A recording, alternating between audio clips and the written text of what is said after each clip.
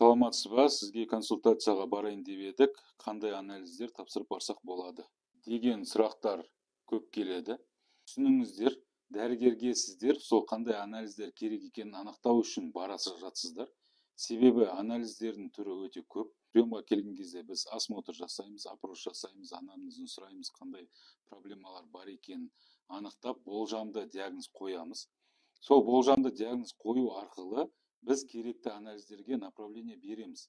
Даже сол анализдер тапсырып келген кезде бізде болады, одан кейін де басқа анализдерге беріп жатамыз. Себебі біз басында сразу барлық анализдерді беріп жібермейміз. Біз басында общий анализдермен бастаймыз. Бірінші сол болжамды диагнозға.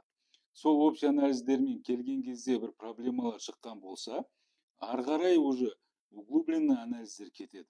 Сол үшін кейбіреулер маған жазып жатады, неге ана жолы осылай бәрін жазып бере салмадың деп.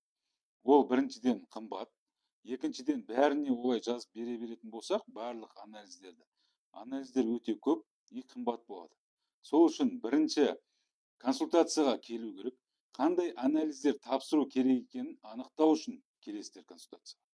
Болжамды диагноз қою үшін келесіздер консультацияға.